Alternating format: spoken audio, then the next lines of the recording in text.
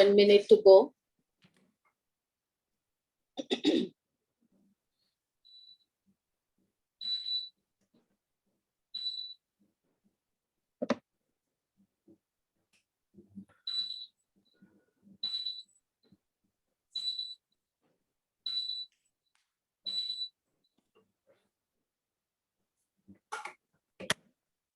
So let us start with the session. Hello and good evening, dear friends and family. Once again, Alina Doshi welcome you all in the 99th program from the platform of Let's Grow Together.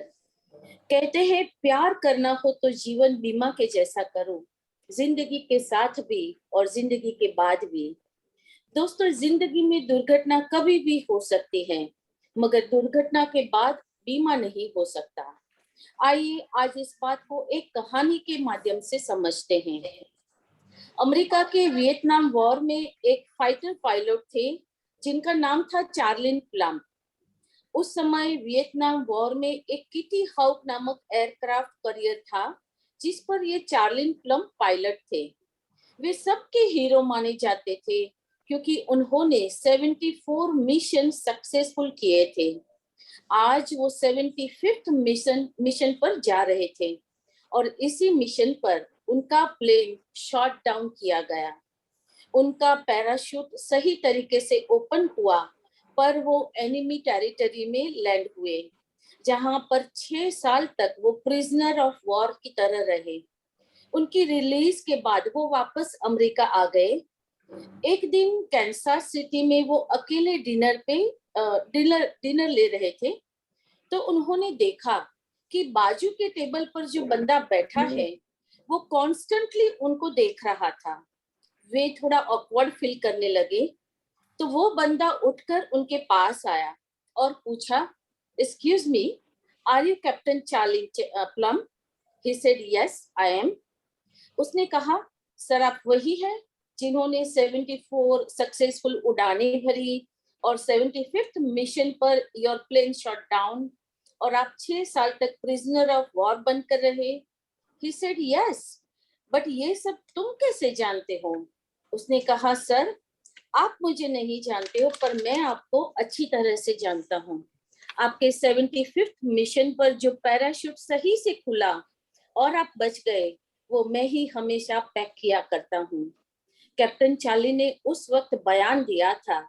He was so full of great gratitude for this man, पर साथ ही साथ थोड़ा सा regret भी किया कि ऐसे parachute पैकर को उन्होंने कभी नोटिस नहीं किया, कभी हेलो नहीं बोला, हमेशा इग्नोर किया, कभी अहमियत नहीं दी।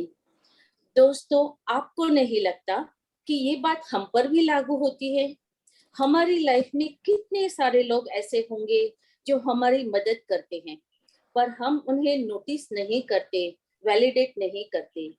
इस बात को अगर आज के टॉपिक से जोड़ूं तो मुझे लगता है कि हर एक इंश्योरेंस एजेंट हमारे लिए पैराशूट पैकर से कम नहीं है, पर हम हमेशा उन्हें इग्नोर करते रहते हैं। इंश्योरेंस हमारे और हमारे परिवार के लिए इतना इम्पोर्टेंट है, फिर भी इसके लिए हम क्यों धृतराष्ट्र बने हुए हैं, मैं नहीं समझ पा रही हूँ। कहते हैं, a man who dies without adequate life insurance should have to come back and see the mess he created. तो आइए आज इंश्योरेंस के बारे में सारी जानकारी प्राप्त करेंगे। इस विषय को अच्छे से समझाने हेतु हमारे बीच कोलकाता से मिस्टर रमेश कुमार दामानी जी मौजूद हैं। उनसे रूबरू कराऊं उनसे पहले उनका थोड़ा सा परिचय देना चाहूंगी। उनका बायोडेटा इतना सॉलिड है कि मैं खुद कंफ्यूज हूँ कि क्या बताऊं और क्या छोड़ूं, पर फिर भी मैं कोशिश करती हूँ। Mr. Ramesh Kumar Damani ji is a BCom LLB and associate in life and non-life insurance. Started his career with United Insurance Company as DO and then joined LIC in 1984. Chairman's Club in first 4 years of agency and completed 35 years now. Members Quarter Century Club MDRT and qualifying and life member MDRT USA for 34 years. Top of Table USA, Chartered Insurance Institute Award UK, Corporate Club LIC of India 2002 to 2014, appointed as advisor in July 2019 as advisor in General Insurance Agents Federation of India, appointed as advisor in SME segment to Board of Director of ICICI Lombard General Insurance Company. He is the only agent in country for this prestigious position. Also appointed in National Advisory Council of HDFC Argo General Insurance Company, Health in 2021. A very proud moment for all of us is that he had been invited as a speaker in MDRT Meet on 9th July 2021 at New Orleans, USA. He has a wide client base for general insurance like tea gardens, jute mills, chemical plants, power plants, steel plants, cement plants, and the list is really very long. If I talked about his achievements, he interviewed in CNBC and Taza TV, received gold medal from Union Minister of Finance, Government of India in New Delhi in July 1988 on new business performance. Created history in all over India by selling the single largest ever individual insurance in 1996 for rupees 5 crores. Created history in 1998 and 99 for being number one in country for highest premium income in LIC. Qualified in All India ACE Agents competition and nominated for higher study of insurance market in Asian countries and visited Singapore, Hong Kong, China, Malaysia, Thailand, Maldives, and many more countries. Attended MDRT Meet in USA for 15 times. Privileged to attend management training program at IIM Bangalore, ISB Hyderabad, and Tata Management Training Center, Pune.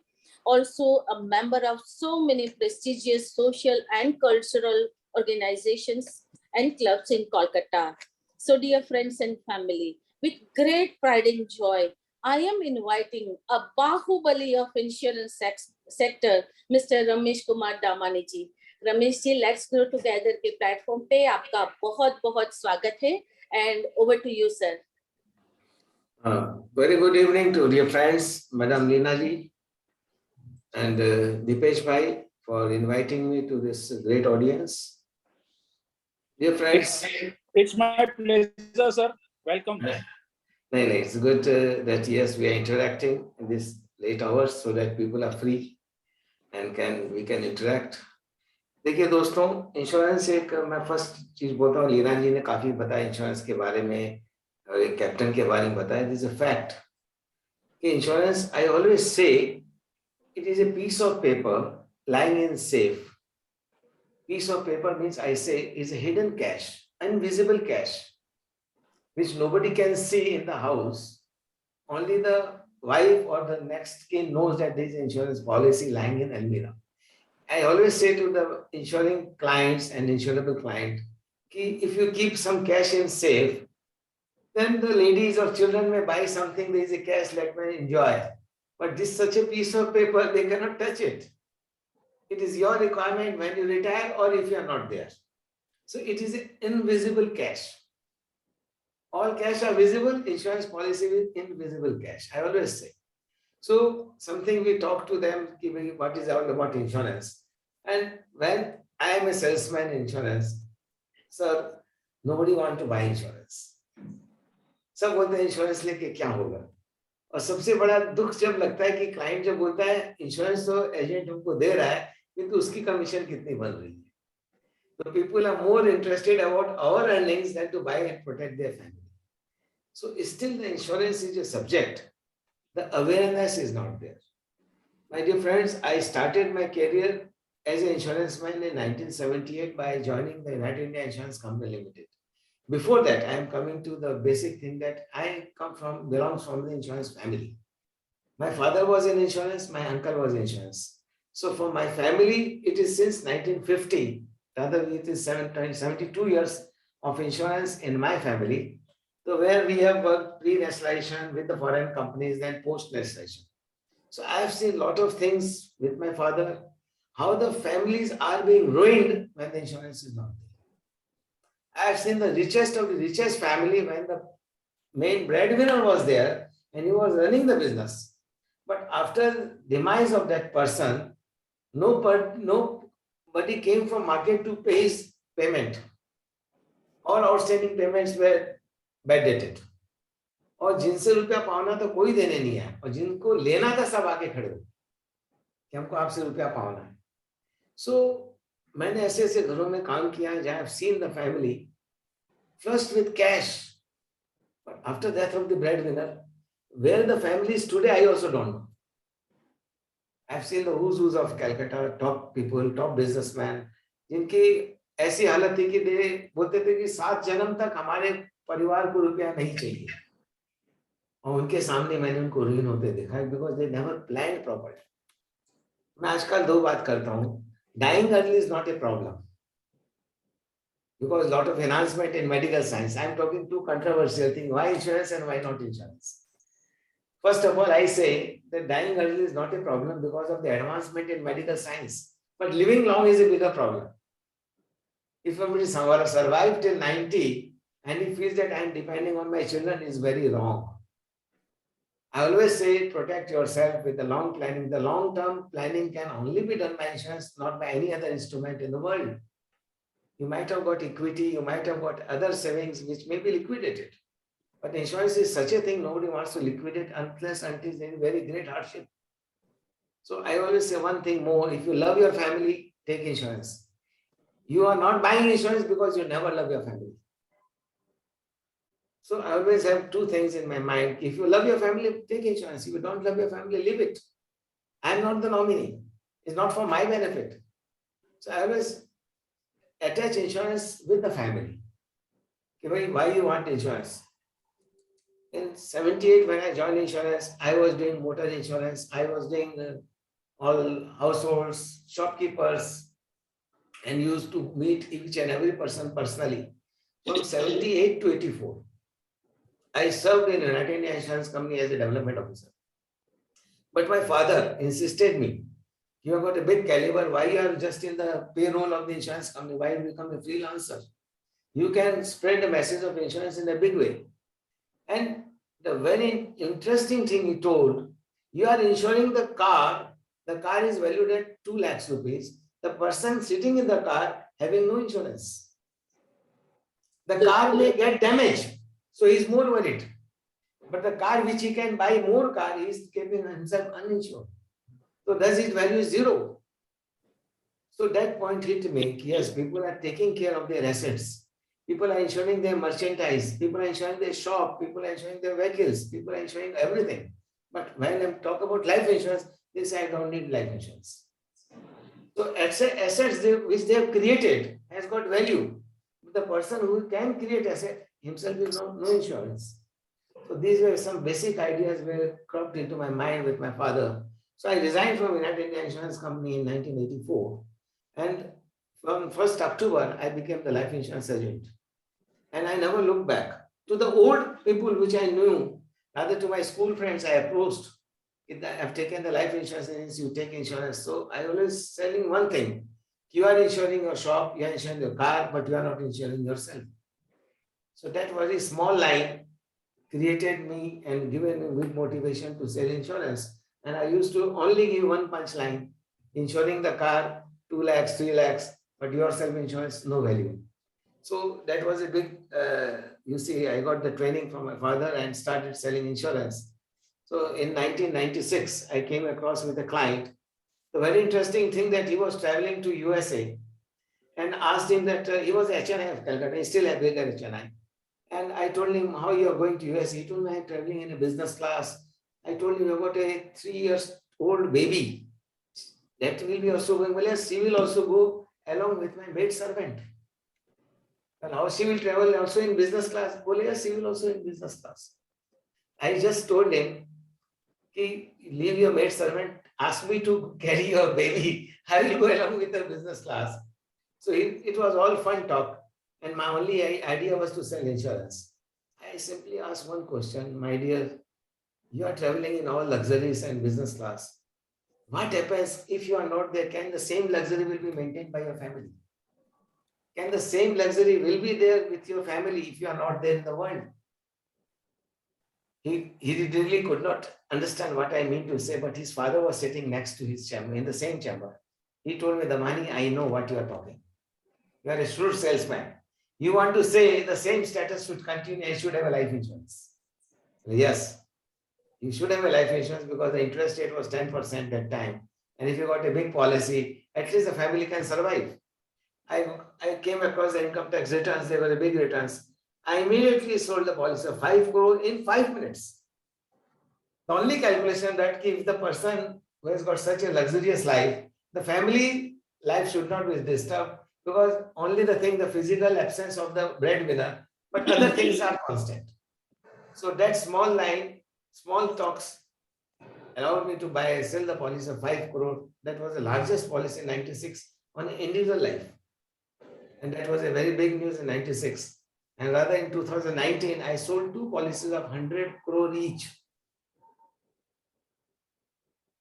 And rather this year also in January, I got a proposal of 500 crore on one life. But reinsurance refused. If we don't, after post-COVID, there is a restriction of insurance not above 25 crore to any life. So these are reinsurance factor, but this is all talking of the awareness. I always say, insurance is such a thing that people should buy to keep their family standard as it is maintaining. I'm not talking of the inflation.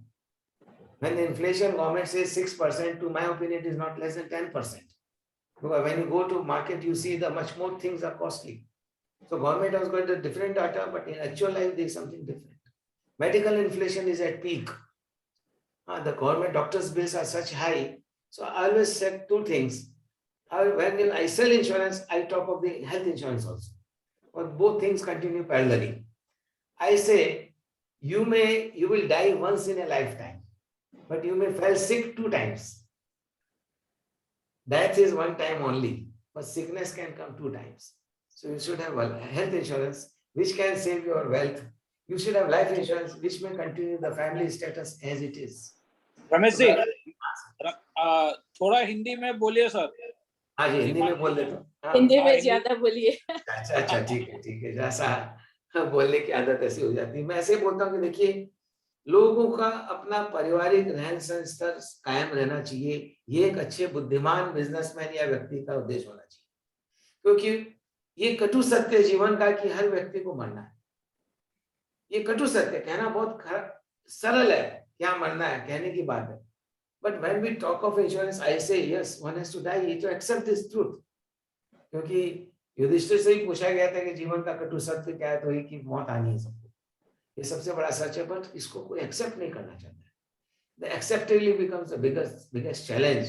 क्योंकि कोई व्यक्ति नहीं चाहता है मैं मरूं, but rather हम ये कहेंगे कोविड ने दिखा दिया कि पैसा भी काम का नहीं है यदि स्वास्थ्य अच्छा हो, और पैसा भी नहीं मनुष्य को बचा सकता है. तो इसके लिए स्वस्थ रहना बहुत जरूरी है. पर हर व्यक्ति जाता है, हर व्यक्ति की मौत निश्चित है, उनकी घड़ियां निश्चित है. तो क्यों नहीं हम जानते हुए अपने परिवार को फाइनेंशियली सुरक्षित करें. जो उसके हाथ में, बीमार होना उसके हाथ में नहीं है, बीमार कभी भी हो सकता है. कुछ को नहीं पता था कि कोविड आएगा और डेथ हो जाएगी, पैसा भी काम नहीं आया, लोग सांस के लिए तरस रहे थे. तो मुझको आज भी अफसोस हो रहा है कि भाई जिस प्रकार मैंने स्टार्टिंग के पहले कहा कि गवर्नमेंट ने जब कोरोना की ओपनिंग कर दी, ट्रैवल कर दिया कि ट्रैवलिंग कर सकते हैं, शॉपिंग मॉल ओपन कर दिए, सिनेमा हॉल ओपन कर दिए, restaurants and food malls open कर दिए. There is a huge rush. I am traveling to next week abroad. There is no ticket from Calcutta, Dubai. So I am flying for Delhi, Dubai. There is no ticket available in Emirates. So I am traveling from Delhi, Dubai. There is no hotel available in Nice and Monaco and Switzerland because all holidays are there in school holidays. But सब जगह full है, लोग line लगा रहे हैं. इतनी Covid के challenge के बाद में भी क्यों नहीं लोग लाइन लगा के इंश्योरेंस ले रहे हैं, हमको अभी तक समझ नहीं आया. They should have been queue to buy policy कि हमको पहले इंश्योरेंस करके दो. पर ऐसा मैंने देखा नहीं. अब लोगों को अभी भी क्या समझाना पड़ेगा कि इंश्योरेंस की क्यों दरकार है. पर ये अवेयरनेस अभी भी हमारे देश में नहीं है. और हम जिस देश में रहते हैं, hardly 4% population is not only insured, not 96% is left uninsured. Deepesh भाई ने कहा कि जापान में 99% population insure. Yes, there is no scope of selling in USA and Japan. And that is the reason they are flush with fund and coming to Indian market and pouring money. But India, vast people are uninsured. Insured है जिनकी है उनकी कम insurance है. If they are insured, they are insured for much lesser value. Awareness नहीं है. मैं तो सिर्फ बोलता हूँ कि इंश्योरेंस क्यों दरकार है. Let the customer decide the amount. मैं कभी जाके नहीं बोलता हूँ कि आप 50 करोड़ की पॉलिसी लीजिए, आप 100 करोड़ की पॉलिसी लीजिए. I give them the message कि what is insurance and what you need. The living standard should be maintained or not. I simply ask one question. Yes. How if you are not there? Do you want that your assets should be sold or no? Do you want your property should be sold? No. Do you want your shares should be sold? No. Do you want your FD should be liquidated? No. Do you want your jewelry to be sold? No. Then where is the cash? Cash is only with the insurance policy, nowhere in the world. So after amendment in the government income tax laws, people can't keep cash in the house. You can't keep much cash. You can't draw money from the banks. So a lot of things are changed. So if the समय के हिसाब से यदि आदमी नहीं बदले, उससे बड़ा मूर्ख कौन हो सकता है. तो इंश्योरेंस की पॉलिसी में हमेशा ही कीवर्ड बोलता हूँ कि एक इस तरह की सी इनविजिबल कैश है जो आपकी अलमारी में पड़ा हुआ दिख नहीं रहा है. हम बोलते हैं भगवान ना करे दिखे, तो इसको दिखना है. या तो आप मरोगे तो दिखेगा और या आप जियोगे तो आपको मैच्योरिटी पर रुपया मिलेगा. तो हमेशा इंश्योरेंस की इस तरीके से बात करता हूँ. Number 2, I sell pension policy also to keep your life. When आप नहीं रहो तब तो ठीक है, आप परिवार के लिए रखे हो, वे तो होगी लाइफ इंश्योरेंस. अब मैं पूछा आपने अपने लिए क्या करा. आप जब 60 साल के हो जाओगे या 65 साल के हो जाओगे, when your children will take over your business, वे बोलेंगे आज हमारे पास रुपया नहीं है, आज हमारे बिजनेस में रुपया लगा हुआ है. आप उसको बोलेंगे हमको रुपया दो, बोले मैं निकाल नहीं पा रहा हूँ. तो आपने अपने लिए क्या व्यवस्था करी. Then people still again think, मैंने 15 करोड़ रुपए के पेंशन के चेक लिए इन जीवन शांति पॉलिसी, जीवन अक्षय पॉलिसी. एक एक परिवार से 10 करोड़, 5 करोड़, 15 करोड़ के चेक लिए. मैं ये बोलता हूँ कि you people lose money in business, आपको दुख नहीं होता है. आप ये सोच लो 10 करोड़ आपने लूज किया, अपने लिए लूज किया. आज आपके पास रुपया है, प्रोटेक्ट योर फ्यूचर. आपके पास कोई से रुपया मांगने की दरकार नहीं है. मैं 84 में एक क्लाइंट को पॉलिसी सेल किया था. You see why I started selling big policies. पहले मैं तो लिमिट में सेल करता था कि भाई 60,000 का 80C था, 18C में रिबेट है, आप उतने ही पॉलिसी लीजिए. तो लोग बोलते हैं पीपीएफ में रुपया लगा लेते हैं, बाकी रुपया देंगे. फिर इंश्योरेंस बड़ी मुश्किल से सेल होती थी. 84 में मैंने पॉलिसी सेल की थी 6 लाख रुपीस की, और उस व्यक्ति की 3 महीने बाद डेथ हो गई. मैं जब उसके घर पर डेथ क्लेम का चेक देने गया था, कलकत्ता की हैं, बहुत बड़े जूट के एक्सपोर्टर थे. तो मेरे जो क्लाइंट थे जिनकी डेथ हुई थी, उनके ब्रदर वहां पर मिले, क्योंकि कॉन्डोलेंस के बाद या परिवार में जब डेथ होती है कोई ना कोई रिलेटिव रहता है. तो हमको उन्होंने कहा, मेरे साथ मेरे ब्रांच मैनेजर भी थे, उनको कहा इस बेवकूफ व्यक्ति को किसने इंश्योरेंस की एजेंसी दी. वे 6 लाख रुपए का चेक था 84 में, 6 लाख विद बोनस था करीबन 6,42,000, एक ही प्रीमियम दिया था. और हमको जवाब में मिला कि इस बेवकूफ एजेंट को किसने एजेंसी दी. मैं तो सोचा क्लाइंट अप्रिशिएट करेगा कि मैं क्लेम चेक ले जा रहा हूँ, और हमको वहां पर ऐसी झाड़ पड़ी रहा था, मेरी बेइज्जती हुई. तो मैंने पूछा क्या गलती हो गई साहब. क्लेम तो 3 महीना लगा, मिल गया क्योंकि अर्ली क्लेम था. जनरली 6 महीना भी लगता है. मैंने अपनी होशियारी की बात करी. उन्होंने कहा नहीं. उन्होंने 2 बच्चों को कमरे से बुलाया कि इसकी शादी क्या तुम करोगे, इस बच्चे की पढ़ाई तुम करोगे. तुमको जब इंश्योरेंस बेचनी थी तो मेरे भाई साहब की तुमने 25-50 लाख की पॉलिसी क्यों नहीं करी. तुमको मालूम है इतनी कितनी इनकम थी. मैंने कहा उनको मालूम. उनकी तो उस समय इनकम थी 25 लाख 30 लाख रुपए इनकम थी, और उस समय 84 में 25 लाख की इनकम होना बहुत बड़ी बात थी. तो मैंने बोला भाई साहब बड़ी मुश्किल से तो आपके भाई ने पॉलिसी ली थी, बड़ी मेहनत किया, समझाया, तब जाके बोला कि मैं 12,000 तो पीपीएफ में देता हूँ, 48,000 प्रीमियम दिया. ये 60,000 रुपये से बेसी देना नहीं हमको प्रीमियम. अब मैं क्या बोलूं, जो व्यक्ति नहीं है उसकी मैं क्या बात करूं. तो बोले नहीं आपको तो कन्विंस करना नहीं आता, you don't know how to sell policy. जिसकी रिक्वायरमेंट है उसको आप बेच ही नहीं पाते हो. ठीक है, अब जो व्यक्ति चला गया उसके एब्सेंस में बात क्या करूं. तो मेरे मुंह से एकाएक की प्रश्न निकल गया, भाई साहब अच्छा आप बताइए आपकी कितने की इंश्योरेंस है. तो उन्होंने कहा मेरी इंश्योरेंस 50,000 की है. बोला आप नहीं मरेंगे क्या. आपका परिवार नहीं तबाह होगा क्या? आपकी इनकम कितनी है? बोले मेरी भी 10-15 लाख इनकम है। मैं उनके यहाँ जाकर के उनकी 1 करोड़ की पॉलिसी की। अभी अपने बातों में फंस गए। मैं ये कहूंगा फंसने की बात नहीं है, बट बातों बातों में मैंने उनको पकड़ा कि आपके इंश्योरेंस क्यों नहीं है? आप जब इतनी बात हमको सुना रहे हैं, आपने अपने लिए क्या ख्याल किया? तो बोले हमसे आके मिलो। तो अब वे अगेंस्ट में नहीं बोल पा रहे थे क्योंकि खुद इन्होंने इंश्योरेंस का प्रीच किया था। तो मैंने उनको उस समय इंश्योरेंस की पॉलिसी दी। देखिए दोस्तों, आप वे भी खुश हैं, उनके परिवार में मैं काफी इंश्योरेंस किया उसके बाद में, पर उस समय हमको मिला कि यस, मैं यदि ठीक से सेल करता, मैं एटीसी एटीडी 80 को बीच में नहीं लाता तो मैं उनकी बड़ी पॉलिसी करता। तो मैं खुद रेस्ट्रिक्ट हो गया कि आपको 60,000 तक की छूट है, आप इतना ले सकते हैं। मैं उस समय के बाद में सेक्शन 80C आज तक भूल गया। I don't know what is section 80C। I see what is the requirement of the client. I always से कि आप जब सिनेमा की टिकट लेते हो, आप जब खाना खाते हो 5 स्टार होटल में, तो आप क्या देखते हो कि 80C में एग्जम्पशन है? तभी आप खाना खाएंगे या तभी आप कोई चीज खरीदेंगे घर के लिए। आपको कहीं छूट नहीं है तो भी आप लग्जरी में वेस्ट करते हो रुपया, जिसका कोई इल्ड नहीं है। हम लग्जरी में वेस्ट करने को तैयार है, पर नेसेसिटी पर ध्यान देने को तैयार नहीं।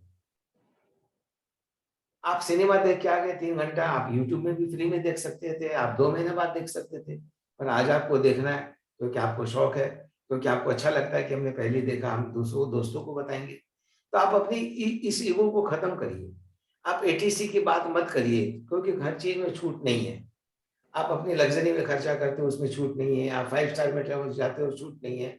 आप बिजनेस क्लास में घूमते हो, कोई छूट नहीं है। आप हर जगह खर्चा करते हो। तो इंश्योरेंस में बचत की मैं बात करता हूँ। मेरे काम में खर्चा नहीं है, मेरे काम में बचत है। बाकी आपके सारे स्पेंडिंग्स हैं जिसका कोई रिटर्न नहीं।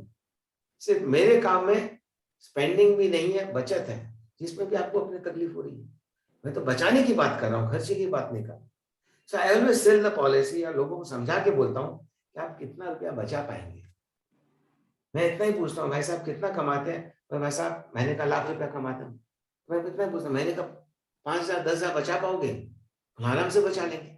तो जैसे बोलूंगा साल का 1,00,000 रुपया दोगे, हम नहीं देंगे।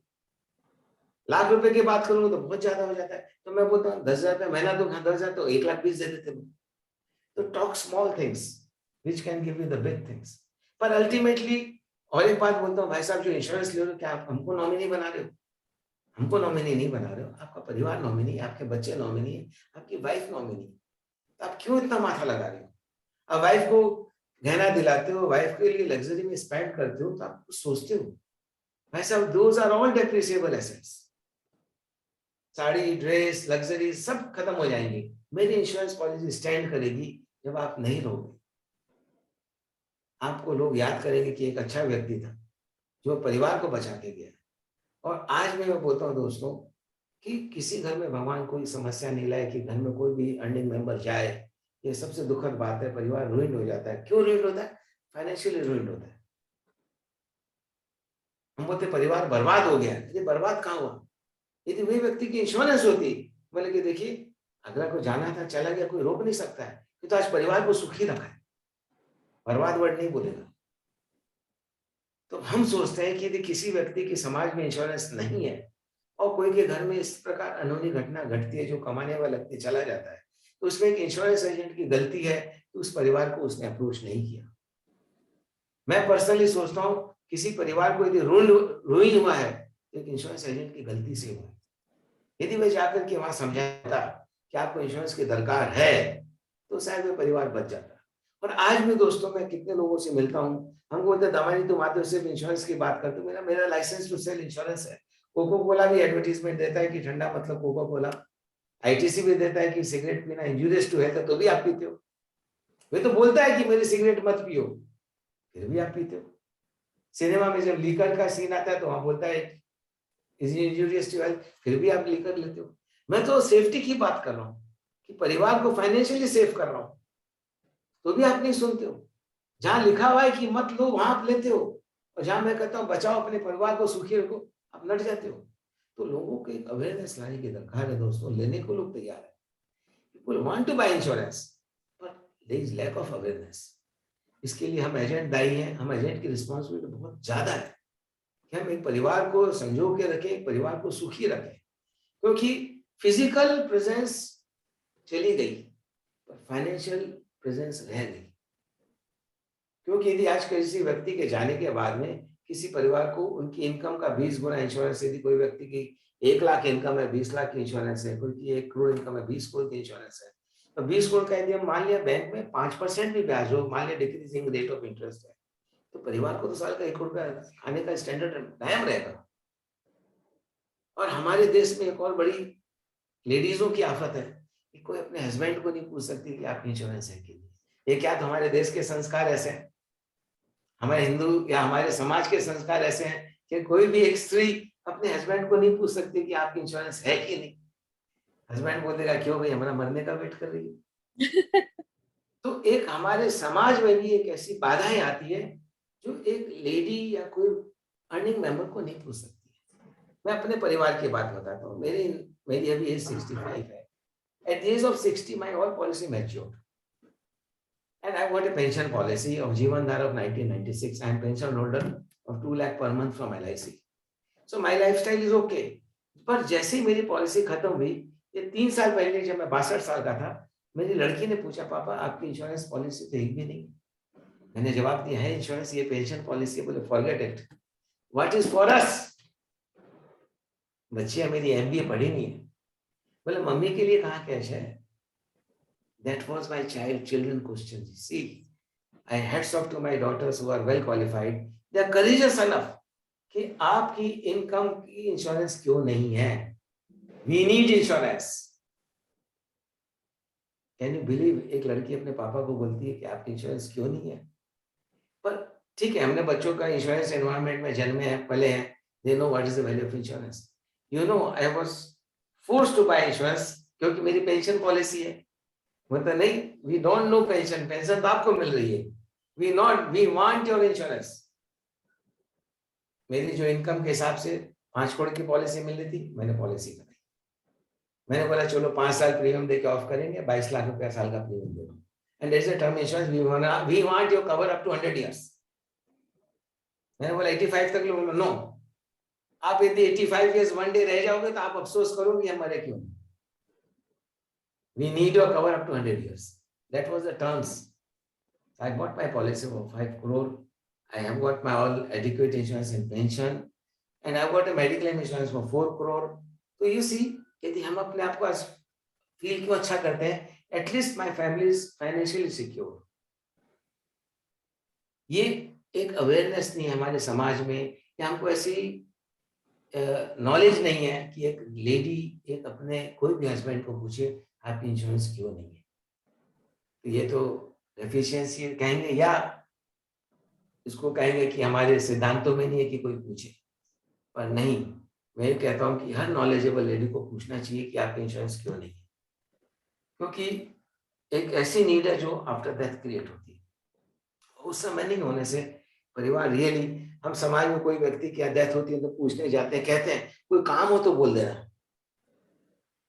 एक वीडियो को हम पूछते हैं, भगवान ना करे ऐसी नौबत कहीं भी आए, पर एक वीडियो को पूछा जाता है कोई काम हो तो बहन बोल देना, भाभी कोई काम हो तो बोल देना, मैं तैयार हूँ। पर जिस दिन वो लेडी बोल देगी हमको 5 लाख रुपया भेज दो, कोई उसके पास नेक्स्ट डे नहीं जाएगा। बोलेंगे तो रुपया मांगती है भैया मत जाना। तो ये एक सेल्फ डिपेंडेंट रहना बहुत जरूरी है। I know one widow, madam. I know one widow. She is in Bangalore, and I went to her after death of his husband, and I was just talking of the insurance. Well, Damani ji, मेरे husband की 10 करोड़ की policy थी. He could have bought 100 crore rupees policy, और 10 करोड़ की है. But I have got a MS Wealth. I have got a 500 crore mutual fund. I have got 300 crore in stock market. I have got a roaring business giving me 200 crore income per year. So 10 crore is enough, but I am widow, और 750 employ उनकी factory में काम करते हैं, and all factories are running till date. 2017 में उसके husband की death हुई थी, और आज 2022, 5 years, business is roaring. And she told me, Namani, as a widow I lost my husband, but as a widow I am financially very stable. अब क्या होता है, सारे परिवार के लोग उससे मिलने जाते हैं, ये रिच भाभी है, चलो कुछ ले चलो।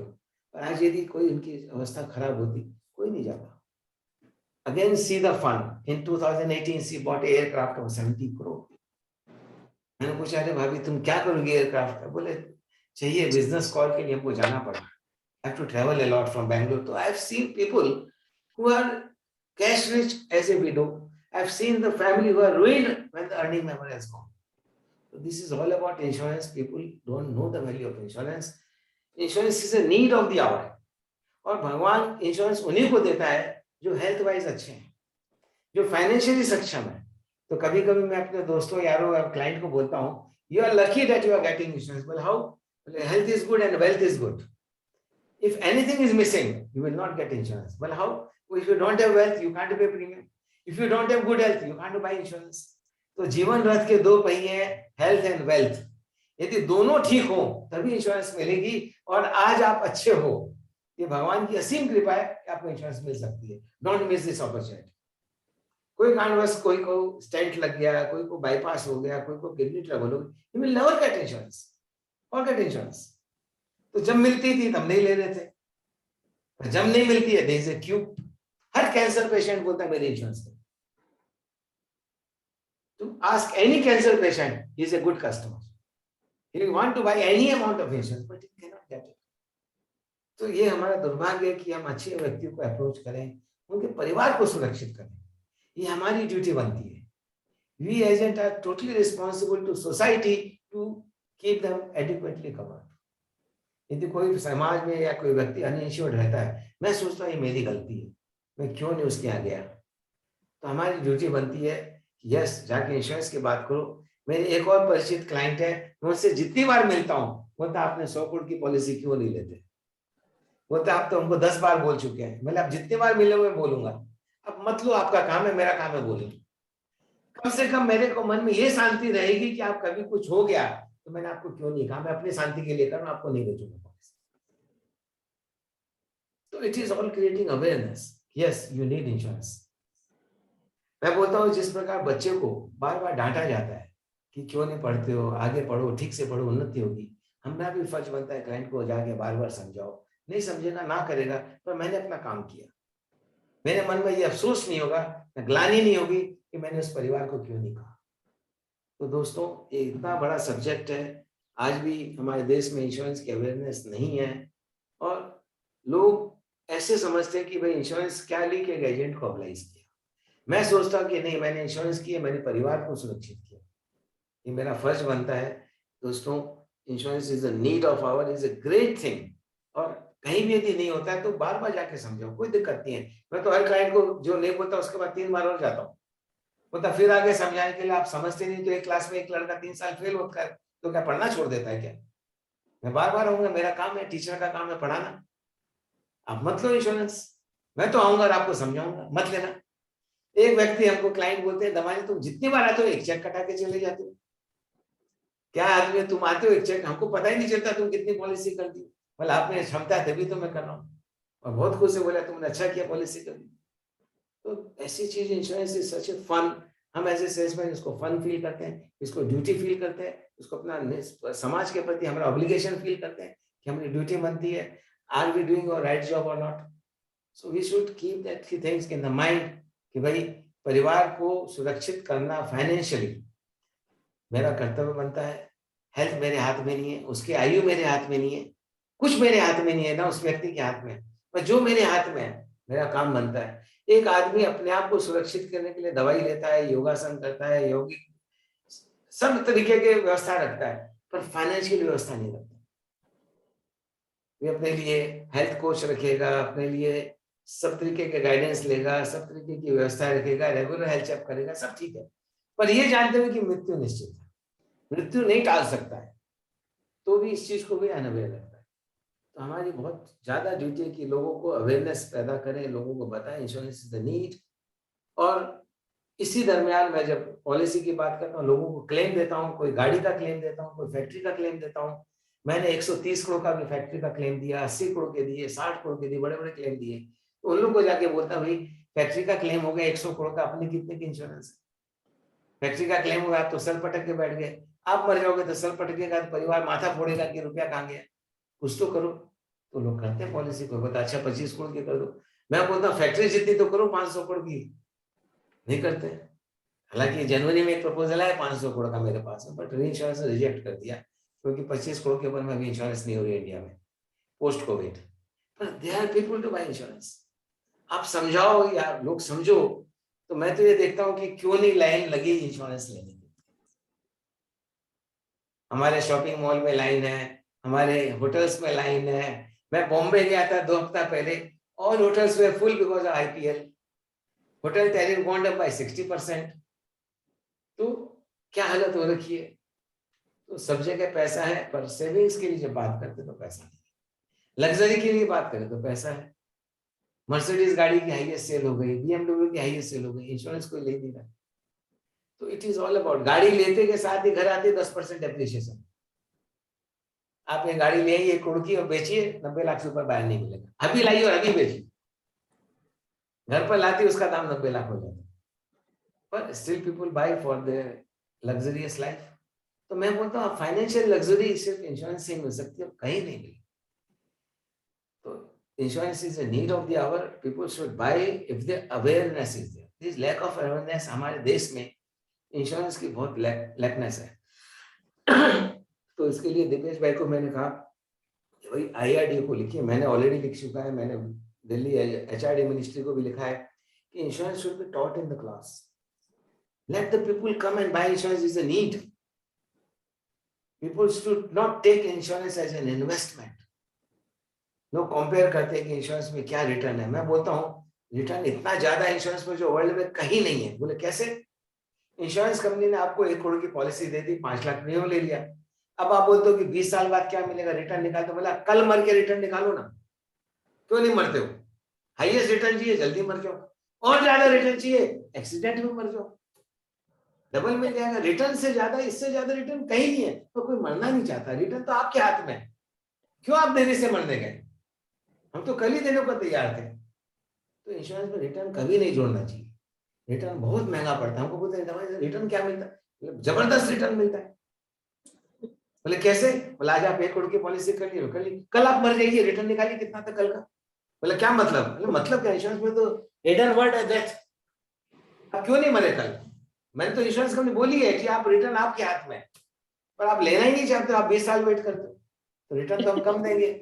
आप और इंश्योरेंस कंपनी बोलती है आप एक्सीडेंट में मर जाओ ना और मर जाएगा, डबल मिल जाएगा, पर आप मरना ही नहीं चाहते एक्सीडेंट। तो इंश्योरेंस की जब रिटर्न की बात आती है, I have to talk like this, क्योंकि वे क्लाइंट के प्रश्न ही गलत है, उसके प्रश्न में मूर्खता है। तो मेरे आंसर में भी ऐसी बब्बरता आती है, मरना आपके हाथ में, मरते क्यों नहीं? अच्छा वैसे आप नहीं मरे कोई बात नहीं, 1 साल बाद आप सुसाइड कर लीजिए ना, कौन मना किया? रिटर्न निकाल के देखिए, हम तो देंगे, आप सुसाइड पर भी देंगे 13 महीने बाद में, पर आप मरना नहीं चाहते हो, इंश्योरेंस कंपनी क्या करेगी? वो तो आपको कागज दे दी कि आप मरो। अब लोग बोलते हैं तुम्हारी बहुत, तुम ऐसी बात बोलते हो। आपके प्रश्न ही ऐसे ही, आपके प्रश्न ही बेतुके प्रश्न है। तो मेरे आंसर बेतुके नहीं है, मेरे आंसर एकदम सही है, मेरे आंसर में कहीं गलती नहीं। तो रिटर्न की मत बात करो, इंश्योरेंस रिटर्न बहुत महंगा पड़ता है। रिटर्न की कभी मत बात करो। इंश्योरेंस में क्या यील्ड आता है, क्या IRR आता है, कुछ मत बात करो। IRR आपके हाथ में, आप नहीं मरो, आपकी गलती है। तो इसके लिए इंश्योरेंस की बात ऐसी होती है, जो जैसी भाषा कहे वैसी भाषा में समझाना चाहिए। पक्षी की भाषा समझता, हम नहीं समझते। तो इंश्योरेंस की भाषा मैं बात करना जानता हूँ, मैं कह देता हूँ। अरे क्या होगा, मैक्सिमम चैम्बर से तो बाहर निकालेगा, पर वे सही सोचेगा कि इसने क्या कहा। इसके लिए दोस्तों हमको बिंदास होकर इंश्योरेंस की बात करनी चाहिए, क्योंकि हमारा काम है इंश्योरेंस बेचना। लोग किसी तरह से अपने प्रोडक्ट को, आज सोचिए ITC लिखता है सिगरेट पीना हानिकारक है, कैंसर हो सकता है, तो कितना डिस्क्लोज कर रहा है, इससे ज्यादा क्या घातक एडवर्टीजमेंट होगी। इंश्योरेंस में हम बोल सकते हैं भाई साहब मर के देखिए, इंश्योरेंस में मजा ही मजा है, हम नहीं बोल सकते, हम ऐसी एडवर्टीजमेंट भी नहीं कर सकते। इंश्योरेंस करो और मर के देखो, ITC लिखता है पियो और मर के देखो। आप सोचिए, इसी संदर्भ में आप बात करिए, सिगरेट के पैकेट पे लिखा रहता है आप पियो और कैंसर होगा। हम इंश्योरेंस से बोलेंगे आप करो और मरो, फिर मजा देखो इंश्योरेंस का, हम नहीं बोलते। हमको कहने का साहस रखना चाहिए। गांधी साहब बहुत हंस रहे हैं मेरी बातों पर, हमको समझ में नहीं आया। तो sir it's a great learning. बस हम लोग भी ये स्ट्रेंथ डेवलप करें कि ब्लैक एंड व्हाइट में कस्टमर को बोले। आवाज ही को नहीं। Someone's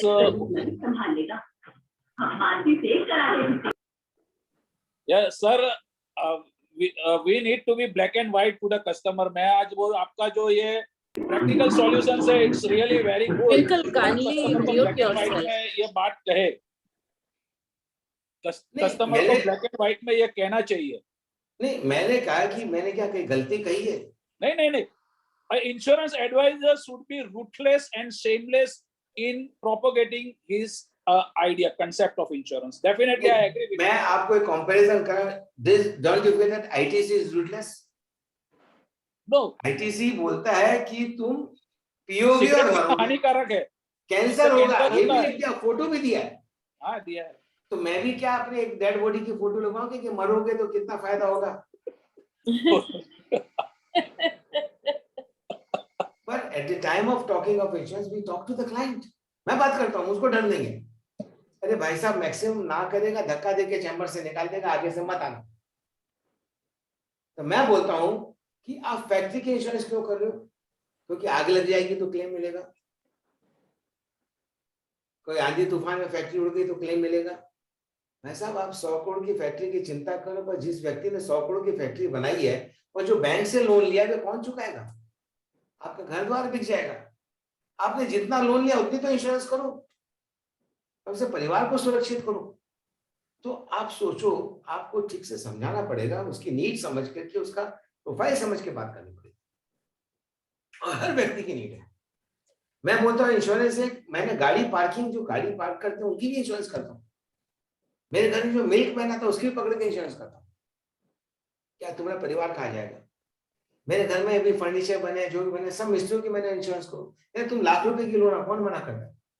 तुम्हारे पास कोई साधन वो कुछ नहीं. तुम साल का 5,000 दे सकते हो, वो दे सकते हैं. मैंने कहा तुम 500 रुपए दे सकते हो, भला दे सकते हो. 500 रुपए की बात करते 6,000 रुपए आ गए. तो पर मैंने एक परिवार को सुरक्षित किया. मेरे मन में ये शांति है कि मैंने परिवार को कहीं कुछ हद तक सुरक्षित किया. तो इसके लिए हमारी काफी ड्यूटी बनती है to talk to the people in the fact. कोई दिक्कत नहीं है. हमको ये तकलीफ नहीं है कि भाई साहब कि मैंने कोई गलत बात कही. अरे स्टूडेंट को थप्पड़ पड़ते थे हमारे समय में, आजकल तो कोई टीचर हाथ नहीं लगाता है, कोई हिम्मत में नहीं हाथ लगाने की. पर एक समय था जब गुरुकुल या कहीं स्कूल में पढ़ाई होती तो कितनी सजाएं मिलती थी. तो क्या सोचते कि जानबूझ के मारते थे? हमारे जीवन को सुधारने के लिए कहते थे. तो इस प्रकार हमके क्लाइंट को भी समझाना पड़ता है, क्योंकि समझना नहीं चाहता. तो मैं ऐसे ही कहता हूँ, I am a teacher, you are a student, you never want to understand, that is the reason I am for talking to you like this. So जो भी मेरी बात है इंश्योरेंस के संदर्भ में, बाकी कुछ नहीं. My all talks relate to insurance matter, nothing else. लोग लेते हैं, बुला के लेते हैं. तो दोस्तों, इतना अच्छा मार्केट है. मैं लोगों को लाइफ इंश्योरेंस की बात करता हूँ, लोगों की हेल्थ इंश्योरेंस की बात करता हूँ, और आज मैं GIC का पोर्टफोलियो संभाल रखता हूँ.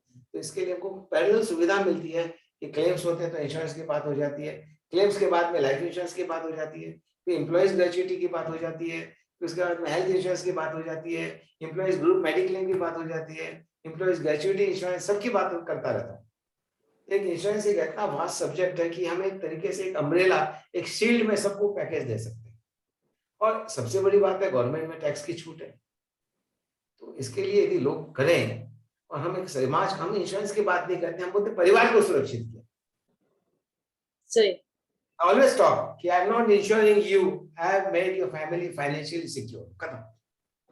उसको ऐसा फील हो कि इंश्योरेंस मैंने अपने परिवार के लिए की. वे पॉलिसियां बंद भी नहीं होती है, लोग चालू रखते हैं, और कभी पॉलिसी लैप्स नहीं होती. मेरी 0 लैप्सेस है.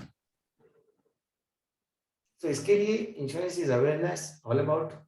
एंड हमने जैसे कहा कि हमारे समाज में, हमारे देश में जो संस्कार है, कोई लेडी की हिम्मत नहीं कि हस्बैंड को बोले इंश्योरेंस कितने की है. कोई की हिम्मत नहीं है, और कोई पूछती है. तो ये एक खुद एज ए एजुकेटेड पर्सन की ड्यूटी है कि अपनी इंश्योरेंस करे और परिवार को फाइनेंशियली सुरक्षित करे. लोग खाने में खर्चा कर देते हैं, होटल्स में, रेस्टोरेंट में, बेपनाह दिखावे का.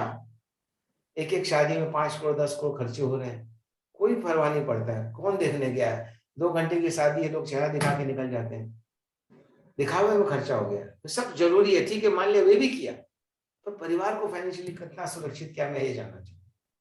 सर, आपके हिसाब से कौन सी उम्र से इंश्योरेंस लेना शुरू करना चाहिए? And term, traditional and ULIP, उसमें कौन सा लेना चाहिए? देखिए, it depends on the customer need. इसके लिए इतनी पॉलिसियां निकली हैं, टर्म इंश्योरेंस भी है, यूलिप भी है और ट्रेडिशनल पॉलिसीज भी है। जिस प्रकार कोई लड़का 18 साल का हुआ, उसकी इनकम तो है नहीं, वो तो अभी स्कूल से ही पास किया है, वो भी नौकरी करेगा या अप्रेंटिस करेगा, पर हैबिट ऑफ सेविंग्स क्रिएट हो जानी चाहिए। वो साल का या महीने का 500-1000 रुपया भी दे, तो इसको बोलते हैं हैबिट ऑफ सेविंग्स, कि आदत, बचत करने की आदत चालू हो जानी चाहिए। तो ये मैं चाहता हूँ कि भाई परिवार में जो भी गार्जियन, उनको बोलूं कि आप बच्चे के इंश्योरेंस इसके लिए मत करके इंश्योरेंस की दरकार है, उसको एक हैबिट ऑफ सेविंग्स क्रिएट करिए। तो इस बहाने में एक 18 साल के बच्चे की इंश्योरेंस करता हूँ, और कोई घर में कोई लड़की आए तो उसको चाहता हूँ 25 साल की एज पर रुपया मिले, तो उसके मैरिजेबल एज पर मिले, या उसकी मैरिजेबल एज पर मैरिज नहीं हो, और बहुत लड़की होशियार हो, उसको और आगे पढ़ाई में काम आए। वो टाइम इज चेंजिंग, और आजकल एक एक लोग जो भी फॉरेन जाते हैं, एक एक साल की फीस 2-2 करोड़ रुपए, 1-1 करोड़ रुपए से कम फीस नहीं आज की तारीख में। तो 25 साल बाद में क्या फीस होगी आप सोचिए, इन्फ्लेशन देखते हुए कम से कम 3 करोड़ रुपया हो जाएगी। तो आपने क्या व्यवस्था करी है? अच्छा, मान लिया बच्चे पढ़े नहीं, 25 साल का, शादी में रुपया चाहिएगा, कहीं तो काम आएगा वो रुपया। The habit of saving should be created with the parents. Insurance की नीड जब आती है, जब मैं बोलता हूँ व्यक्ति कमाना शुरू कर दे और अपने क्षमता पर इंश्योरेंस ले। यदि उसके फादर मदर लोड कर दे और पॉलिसी नहीं चला पाए, तो पॉलिसी में मजा नहीं है। मैं बोलता हूँ let this boy start earning. यदि 26 साल 30 साल की एज में नौकरी लग जाती है, तो मैं उसको फर्स्ट कहूंगा बाई टर्म इंश्योरेंस, क्योंकि that is the age when the premium is lowest. उसका फायदा लो। सेविंग्स प्लान में तो बहुत नॉमिनल फर्क आते हैं प्रीमियम में, पर टर्म इंश्योरेंस से प्रीमियम जंप करते शुरू हो जाते हैं। तो 30 साल की एज में जो भी इनकम, उसको 20 गुना टर्म इंश्योरेंस लेना चाहिए। क्यों? कि मैं फादर को बोलता, भगवान न करे कुछ लड़के को हो जाए, तो आपने 30 साल तक उसको जो खर्चा किया है, आपको मिल गया रुपया, कम से कम रुपया का तो आपको लॉस नहीं हुआ। जो व्यक्ति चला गया आपके हाथ में नहीं है, तो आप अपने आप को सेव करिए ऐसे, बिकॉज आप उस समय आपकी उम्र हो जाएगी 60 साल। आप जिस लड़के पर डिपेंड कर रहे थे कि ये लड़का कमा के देगा, वो नहीं है, इसके लिए उसके टर्म इंश्योरेंस करिए।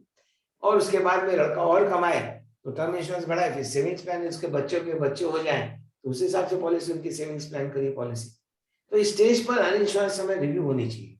लाइफस्टाइल जिस प्रकार चेंज होती रहती है, परिवार में बदलाव आता है, शादी के बाद में, बच्चे होने के बाद में, घर लेने के बाद में, हर स्टेज पर क्लाइंट के साथ कनेक्ट रहना पड़ता है। एक बार पॉलिसी कर दी, नहीं हुआ, हम उस परिवार के प्रति मेरी रिस्पॉन्सिबिलिटी बढ़ती जाती है, क्योंकि उसके रहन सहन में बदलाव आ गया, उसके स्टैंडर्ड ऑफ लिविंग चेंज हो गई, उसके परिवार की रिस्पॉन्सिबिलिटी बढ़ गई। हम उसको कैसे उसको फिलअप करते रहे, ये हमारी ड्यूटी बनती है। इसके लिए इंश्योरेंस एक सच ए थिंग, हम एक परिवार के भांति एक परिवार के साथ जुड़े रहते हैं इंश्योरेंस के माध्यम से, और renewal premium is allows us to meet again and again with the client. हर साल रिन्यूअल प्रीमियम होता है, खुद जाना चाहिए, यदि परिवार की उन्नति उसमें देखना चाहिए। मैं ऐसे ऐसे फैमिलीज में गया हूं कि साल भर पहले तो एक ऑर्डिनरी टेबल थी, आज उसका एयर कंडीशन चैम्बर है। इसका मतलब उसने कमाया है। मैंने बोला जब एसी चैम्बर नहीं था तो तुम्हारी पॉलिसी 5 लाख की, तब तो एसी है, उसका तो 5 लाख बढ़ा। सर, तो जब कमाना शुरू करता है तब जैसे पहले उसको टर्म पॉलिसी लेनी चाहिए, फिर ट्रेडिशनल यूलिप एंड पेंशन वो कब लेनी चाहिए, और उसके बाद में हेल्थ इंश्योरेंस के बारे में कुछ बताएं आप।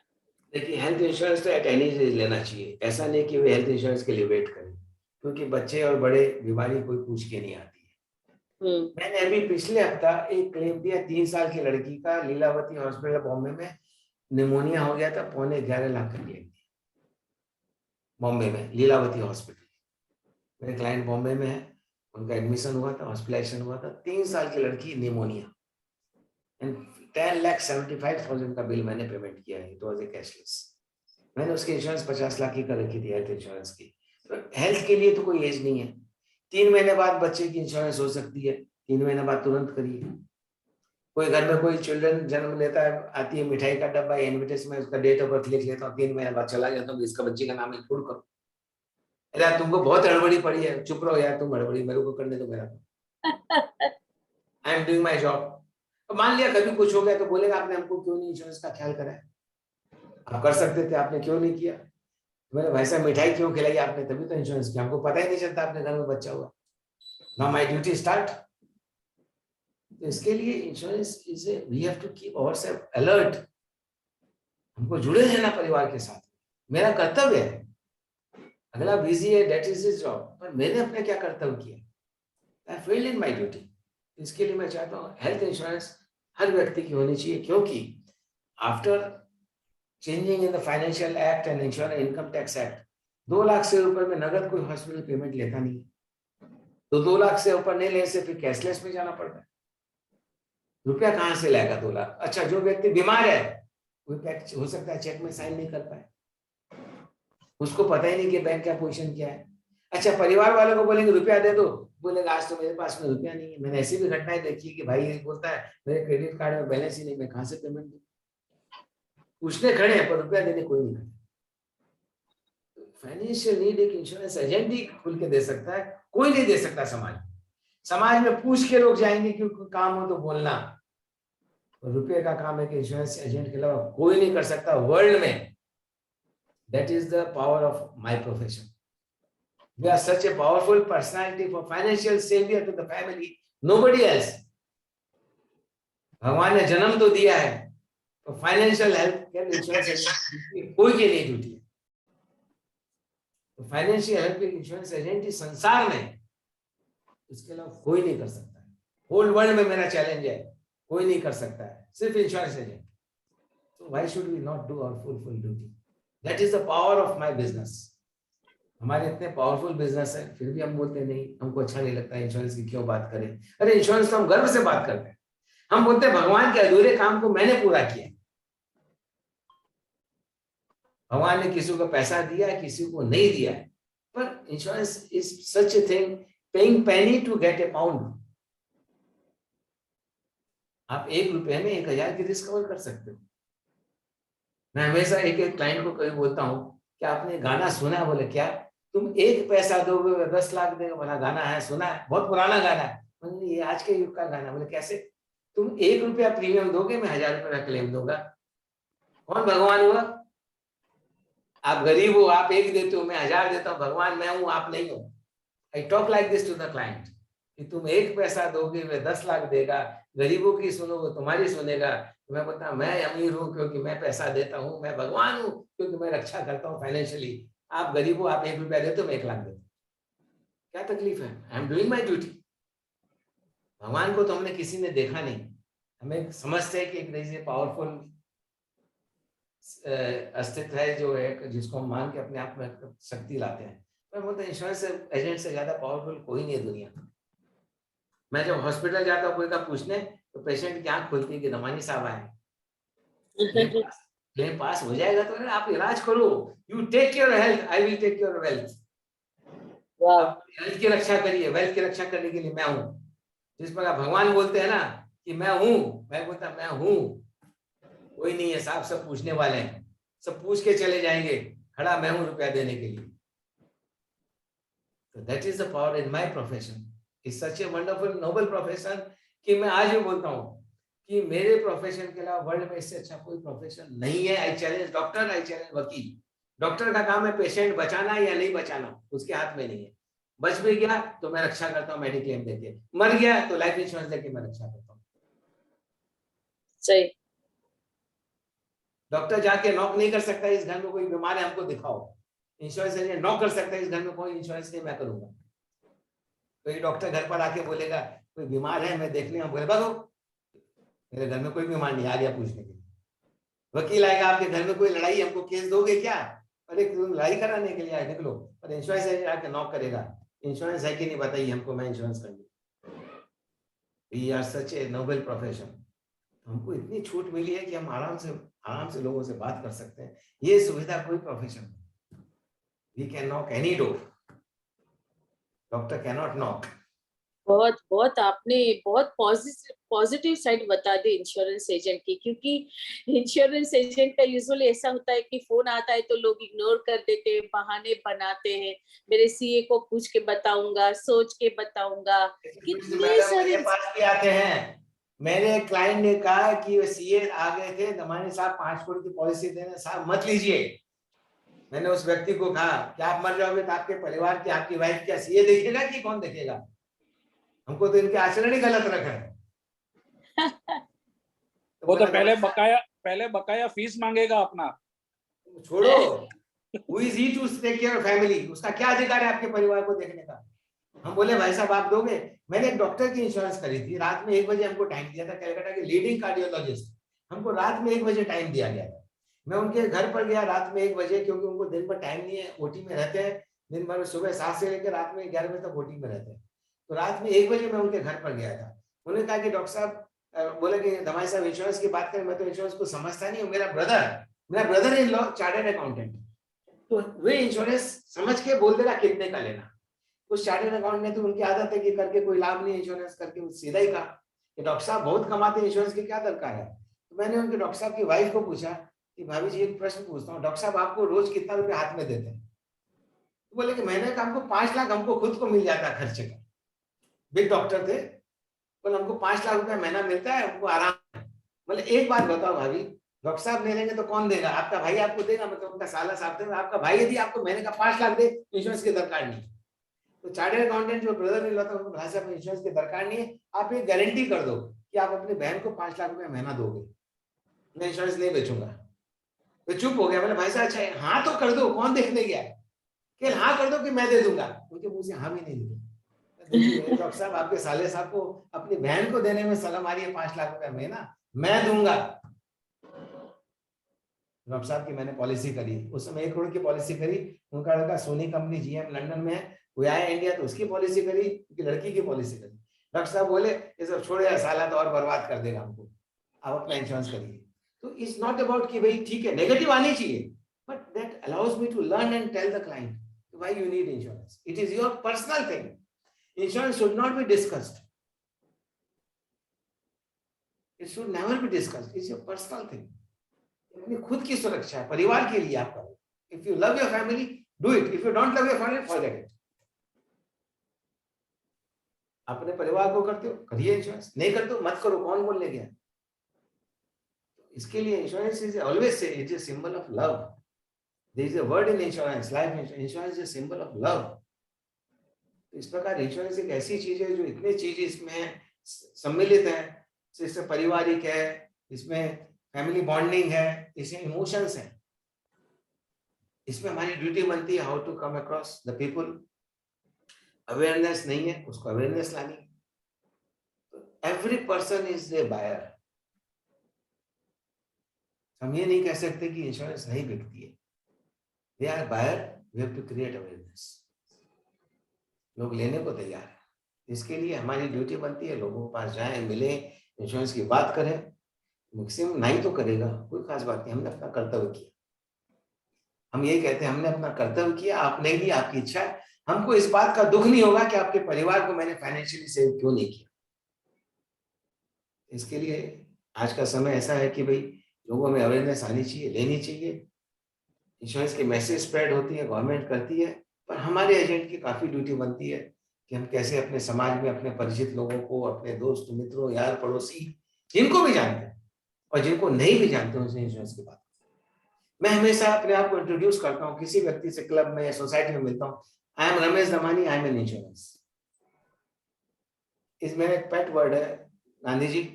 मैं किसी व्यक्ति से मिलता हूँ, I am Ramesh Damani, I am an insurance. I am an insurance. Doctor को तो पहचान जाएंगे कि कान में स्टेथोस्कोप लगा हुआ है, वकील को पहचान जाएंगे वो काला कोट पहना हुआ है, तो मैं क्या पहना हूँ?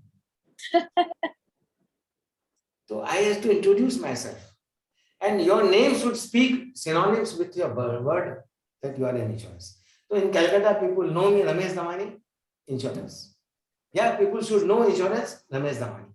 It should be synonyms. जिस प्रकार हम सचिन तेंदुलकर का नाम लेते हैं, हमारे दिमाग में क्रिकेट आता है, हमारे दिमाग में फिल्म एक्टर नहीं आता, हमारे दिमाग में गोल्फ नहीं आता, हमारे दिमाग में स्विमर नहीं आता, क्रिकेट आता है। So these names are synonyms with their profession. So why not an insurance agent name should be synonyms with his profession? So it's our duty to come to society, to meet the people, to greet the people with your name, with your profession. तो कोई शर्म की बात नहीं है मैंने किसी को कह दिया I am Ramesh Damani, I am an insurance. ओ आप इंश्योरेंस भी करते हैं? यस सर इंश्योरेंस करता हूँ, बस बात चालू। तो it is all about creating awareness.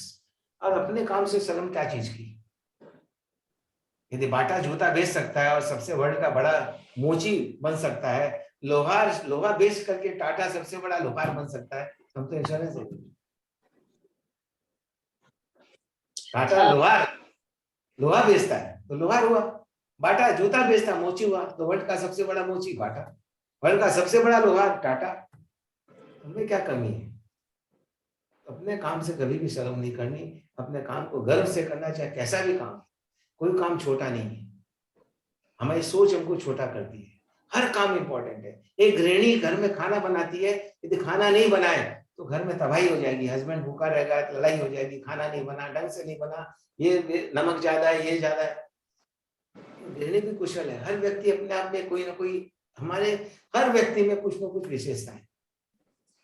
उस विशेषता को देखते हुए हमने हर बिजनेस को कभी भी किसी को छोटा नहीं समझना चाहिए। हर व्यक्ति जीवन में इंपॉर्टेंट है। तो हमारे हिसाब से कोई व्यक्ति का पद, कोई व्यक्ति का काम छोटा नहीं है। वे हर व्यक्ति अपने परिवार के लिए किंग है। हर व्यक्ति चाहे वे कुछ भी कमाए, अपने परिवार के लिए सबसे बड़ा इंपॉर्टेंट व्यक्ति है। इसके लिए इंश्योरेंस हर व्यक्ति के दरकार है। सर आपकी रजामंदी हो तो थोड़े क्वेश्चन आंसर ले ले। जरूर लिया जाए, जरूर लिया जाए। महेश भाई, can you please unmute yourself and ask some questions? Mahesh Doshi ji.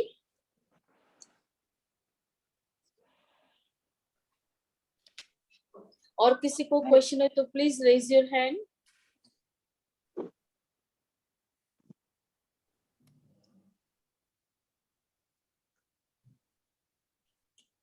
और किसी को क्वेश्चन है? हाँ महेश भाई.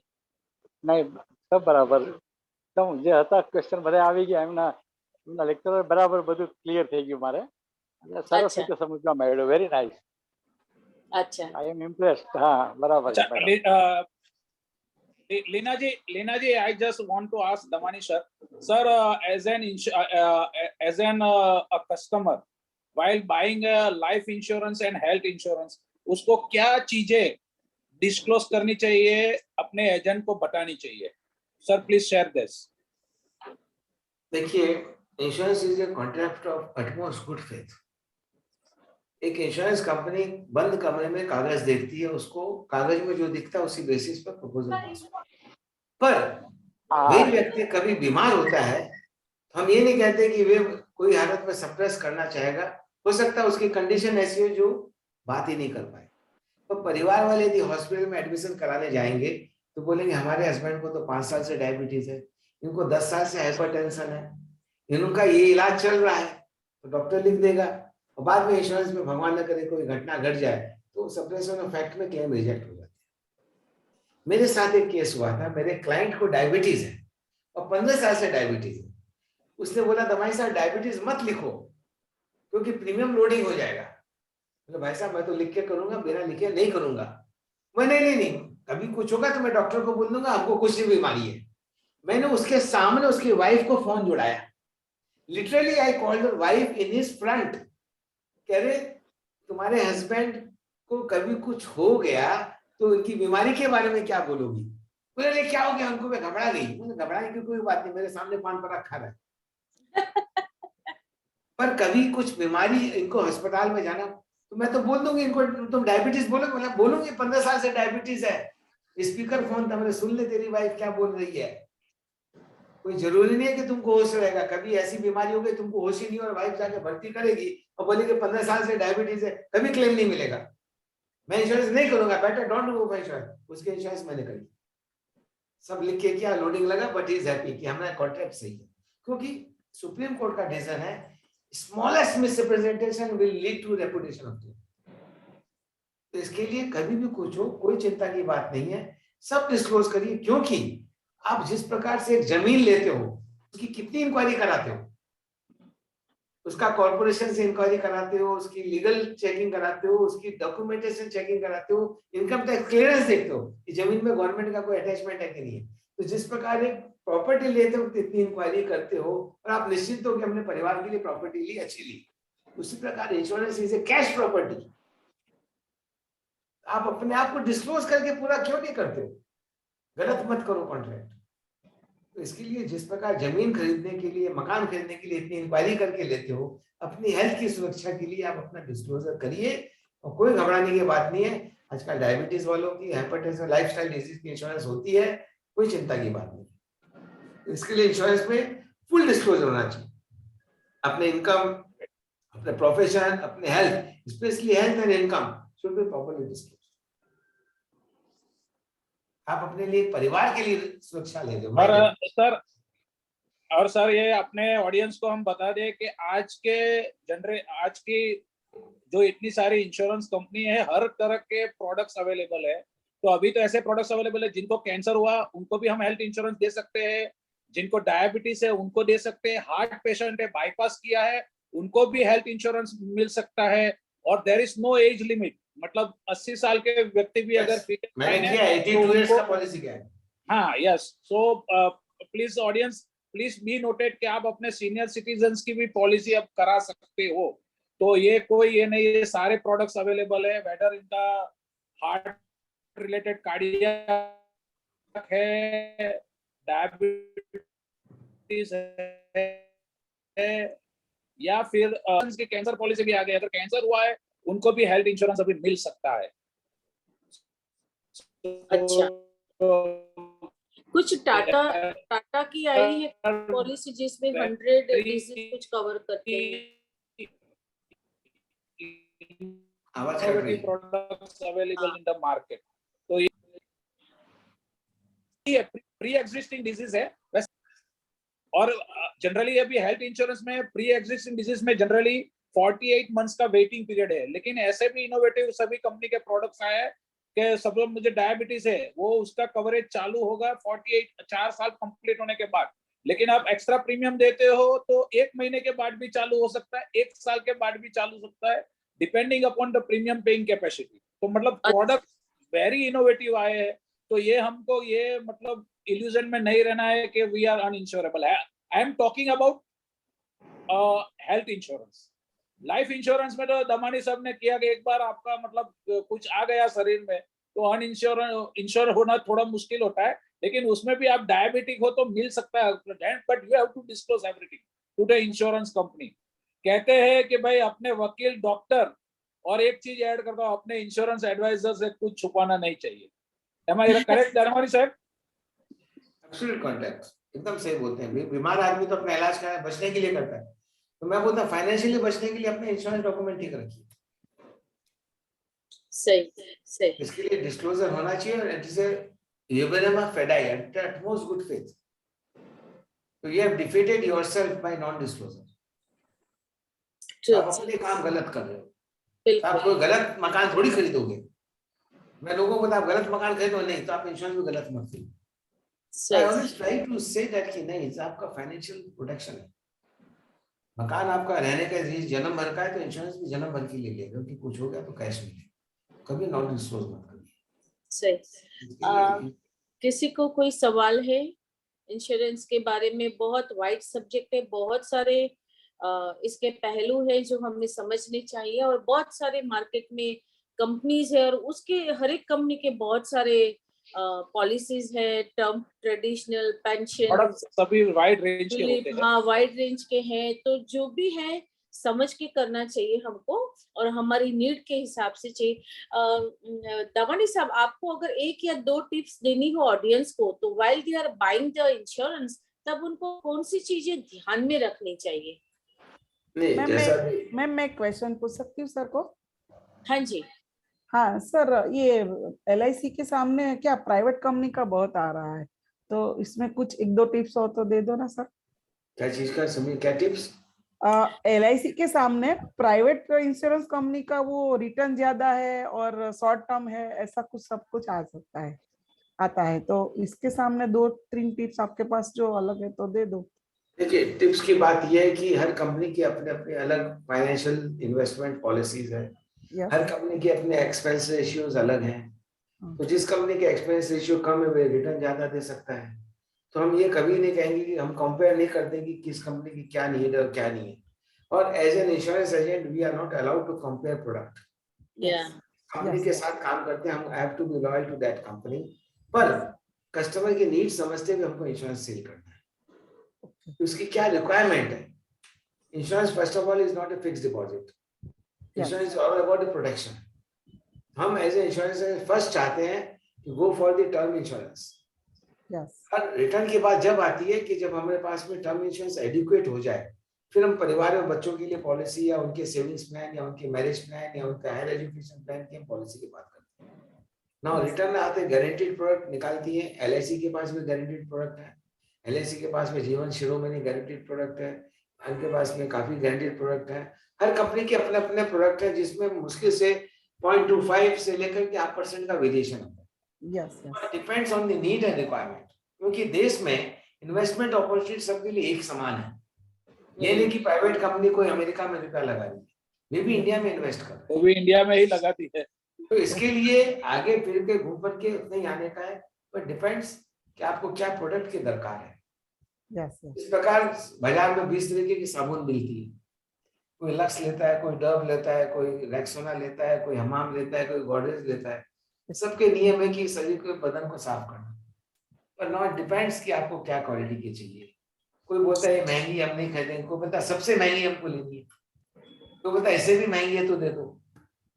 इसके लिए ये नहीं कहते हैं, इस देश में 125 करोड़ की जनता है, इस हर व्यक्ति के लिए प्रोडक्ट निकलते हैं, to cater the need of the wide population, एक इंडिविजुअल के लिए प्रोडक्ट नहीं आता है। तो इसके लिए इतनी कंपनियां, जो 29 कंपनियां भारत में काम कर रही है, आजकल तो ऑनलाइन आप प्रोडक्ट समझ सकते हैं, तो लोगों को समय नहीं है। इसके लिए इंश्योरेंस एजेंट की ड्यूटी बनती है उस परिवार के रिक्वायरमेंट समझते हुए इंश्योरेंस दें। यस, इसके लिए गारंटीड और नॉन गारंटीड की हम लोग नहीं बात कर सकते। इंश्योरेंस में सब जगह गारंटीड प्रोडक्ट भी है, नॉन गारंटीड भी है। गारंटीड प्रोडक्ट के प्राइस हाई होते हैं, नॉन गारंटीड के कम होते हैं। Thank you sir. Thank you, thank you. Twinkle Asmani ji, आप अनम्यूट करते हो तो कोई सवाल है क्या? एंड उसके बाद मनु गाला जी। ओके, ट्विंकल जी म्यूटेड है। मनु गाला जी, गो हेड। सर मुझे ये पूछना था कि मेरी एज 59 है और हस्बैंड की 66 है। हमारी कोई पॉलिसी नहीं है, मतलब कुछ बीमारी भी नहीं है, तो कौन सी पॉलिसी अभी लेनी हो तो ले सकते हैं? आपकी एज 59 है ना? हाँ। तो आप इंश्योरेबल है, कोई दिक्कत की बात नहीं है। हाँ। 65 साल तक के व्यक्ति को इंश्योरेंस मिलती है, हेल्थ अच्छा होना चाहिए। और नंबर 2, 59 इयर्स वाले को हम लोग maximum 10 times of the income, उससे बेसी इंश्योरेंस नहीं मिलेगी, क्योंकि री इंश्योरेंस की गाइडलाइन है। तो आपकी जितनी भी इनकम हो उसका हम 10 गुना तक इंश्योरेंस आपको आराम से मिल सकता है। और स्पेशली फॉर लेडीज, मैं उन लोग को पेंशन पॉलिसी लेने की सलाह देता हूँ कि भाई आपको 70 साल के बाद महीने में 5,000, 10,000, 20,000 जो भी उनका इनकम स्तर हो, वो इनकम चालू रहनी चाहिए। I advise ladies for pension और अर्निंग मेंबर के लिए टर्म इंश्योरेंस। सो पर्सनली मैं as a insurance man ladies लोग की पेंशन पॉलिसी सेल करना पसंद करता हूँ, अर्निंग मेंबर की टर्म इंश्योरेंस सेल करता हूँ, जिससे परिवार की इनकम कंटिन्यू करे। पेंशन प्लान लेने की सही उम्र क्या है? कोई भी उम्र हो, 30 साल से पेंशन की पॉलिसी चालू है। LIC 30 साल के व्यक्ति को इंश्योरेंस देती है, पेंशन पॉलिसी। जैसे ये 59 इयर्स के मैडम अगर लेना चाहे तो ले सकते हैं? तो उनको 12 साल का जीवन शांति ले लेना चाहिए, जिसमें गारंटीड पेंशन मिलता है। आज की तारीख में ब्याज रेट फिक्स हो जाती है, उनको उस समय 11% गारंटीड ब्याज मिलेगा। अच्छा, तो उनको पेंशन पॉलिसी, जिससे एक लेडी के साथ क्या समस्या है कि हर साल नहीं दे पाए तो एक कमिटमेंट ले लिया उन्होंने ₹1,00,000, तो कोई कारणवश नहीं दे पाए तो, क्योंकि लेडीज लोग की सामाजिक पारिवारिक जिम्मेवारियां बहुत हैं। घर में बेटी आ गई तो उसको कुछ रुपया दे दो, ग्रैंडसन आ गए तो उसको कुछ रुपया दे दो, समाज का कोई फंक्शन आ गया वहां रुपया दे दो। उनकी अनकॉल्ड कमिटमेंट बहुत है, और लेडीज हृदय से दयालु होती है, कुछ दे देती। पुरुष भले मत दो, और लेडीज के आगे कोई भी आएगा तो कुछ दे देंगे। तो पर उनको अपनी पेंशन इनकम सुरक्षित करनी है, तो एक सिंगल प्रीमियम लेकर के हर साल उनको पेंशन पॉलिसी खरीदनी चाहिए। अच्छा, सिंगल प्रीमियम वाले सिंगल प्रीमियम पॉलिसी ले लो, जिससे उनको एक ये श्योर हो कि इतने साल बाद इतना रुपया मिलना ही मिलना है। यदि कोई लेडीज को हर महीना 20,000, 25,000 भी मिले, तो उसको ये पता है कि अगले महीना को 25,000 मिलना है। अभी तो कुछ दे दो, अगले महीना तो आना ही है। यदि पोता भी सामने, ग्रैंडसन भी आ गया, तो चलो उसको 5,000 दो, अगले महीने तो 25,000 आना ही है। तो सब परिवार में खुश आएंगे, दादी का पांव दबाएंगे। तो लेडीज को पेंशन की पॉलिसी की बहुत दरकार है, क्योंकि उनको एक अपनी इनकम कंटिन्यूटी की दरकार है। उनको मन में सेटिस्फैक्शन, कॉन्फिडेंस, सबसे बड़ी बात है कॉन्फिडेंस रहता है, क्योंकि लेडी हाथ नहीं पसार सकती, उनकी एक स्वभाव सब इतनी बड़ी भारी उनकी खुद की है अपने आप से शक्ति की, उनके आगे हाथ नहीं पसारना चाहती। सर ये सिंगल प्रीमियम है वो हर एक कंपनी में अवेलेबल है पेंशन प्लान? यस मैडम, हर एक कंपनी में अवेलेबल है। उसको पेंशन भी कह सकते हैं, आप एन्युटीज भी कह सकते हैं। एन्युटी या और LIC सिर्फ एकमात्र कंपनी जो 30 साल वाले से पेंशन चालू करती है। या and we are very much fortunate के भारत जैसे देश में काफी अच्छे एन्युटी रेट्स है जो गारंटेड, जैसे सर ने बताया कि 12 साल के बाद हम लोग गारंटेड मतलब 11 to 12% रिटर्न गारंटेड है। मतलब आज आपने 1 करोड़ रुपया रखा, 12 साल के बाद हम हर साल आपको 1 लाख रुपया देने की गारंटी देते हैं। हर महीना 1 लाख, हर महीना आपको 1 लाख रुपया देने की गारंटी देते हैं। जब तक आप जियो, आप 100 साल भी जियो तो यही पेंशन मिलता रहेगा। जबकि आज डेवलप कंट्रीज में एन्युटीज है लेकिन वो वेरिएबल होता है, कुछ पैसा वो स्टॉक्स में लगता है, कुछ गारंटी में, क्योंकि बाहर के देश में इंटरेस्ट रेट बहुत कम है, 2% है। सो इट्स बिकम्स वेरी, सो आप हम ऐसे देश में अभी ये समय है, इंडिया भी लोएस्ट इंटरेस्ट रेजिम में जाने वाला है, लेकिन अभी हम फॉर्चुनेट है कि अगर जो आज मतलब है वो लोग के पास जो कैश है वो लोग को एन्युटीज बाय कर लेनी चाहिए डिफरमेंट में। आज मेरी इनकम चालू है लेकिन मेरे पास लमसम है, I can buy defer, I can avail pension after 10 years, 12 years, 5 साल, 6 साल। अगर आज कोई 58 को रिटायर हो रहा है, आज मेरी एज 50 है और मेरे पास लमसम पैसा है, तो 58 के बाद तो मेरी जॉब नहीं रहेगी, तो मुझे 59 से पेंशन चाहिए, I can avail and I can book the rate deferred 8 साल के बाद का मेरे आज बुक कर सकता हूँ। That is life long guarantee. So this is very good कि जहां गारंटी है। और सर आपकी इजाजत हो तो एक मैं सर्वे बोल देता हूं कि भाई एक सर्वे हुआ है कि always retire with guaranteed income, don't retire with assets. मतलब मैं 60 का हुआ और मेरे पास इतना घर है, ये है, लेकिन एक कैश फ्लो नहीं है, तो मैं लंबा नहीं जीऊंगा। लेकिन मेरे पास एसेट्स कम है, लेकिन मैंने ऐसा प्रावधान किया है कि हर महीने मेरे पास लाख रुपया आ रहा है, 2 लाख रुपया मैं जब तक जीऊं तब तक आता रहेगा, ऐसी मैंने गारंटी कर ली है। तो हस्बैंड वाइफ की रिटायरमेंट एज लंबा जीने का चांसेस ज्यादा है, ये सर्वे और साइंस कहता है। So don't retire with assets. मतलब लोग बोलते हैं ना मैंने ये बंगला खरीदा, 2 फ्लैट ले लिया, इतना सोना ले लिया, वो आपको लंबा नहीं जिएगा। अगर आपने रेगुलर इनकम का प्रोविजन किया है तो आपकी रिटायरमेंट लाइफ बहुत हैप्पीली आप जी सकते हो। मैंने 1996 में दीपेश भाई मैंने पर्सनल 28 लाख रुपया प्रीमियम दिया था जीवन धारा में। बराबर है sir. 96 plan of LIC. I am getting 25 lakh annuity every year. Oh, see, so this is the thing. 25 lakh रुपया हर साल आने वाला है।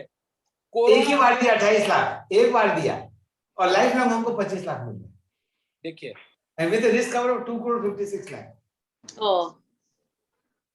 ये आज रिटर्न कहीं नहीं है, 12%। यस, यही कि अवेयरनेस एंड ओपननेस होनी चाहिए, वरना insurance is a fantastic sector. जैसे सब लेने बैठते तब वही लोग एक देने के लिए आते हैं। बहुत अच्छी बात है। मंजू बहन आपको कुछ पूछना है, वरना मैं आपको म्यूट कर दूं। You want to ask something Manju बहन? आपने अपने आप को म्यूट कर दिया। हाँ जी बोलिए। कि मेरी अगर पॉलिसी लेती हूँ तो हस्बैंड को उसमें साथ में ले सकते हैं क्या? Joint life annuity. Joint life ना हो सकता, आपको जितना मिलेगा उतना ही हस्बैंड को मिलेगा, फिर return of capital to nominee. Okay, thank आपकी पूंजी कायम रहेगी। यू। सर बहुत बहुत शुक्रिया। और आपकी कंसेंट के साथ मैं अपना नेक्स्ट और मेरा 100वां एपिसोड रिलीज करना चाहूंगी कि वो कौन सा रहेगा, तो प्लीज गिव मी 2-3 मिनट्स।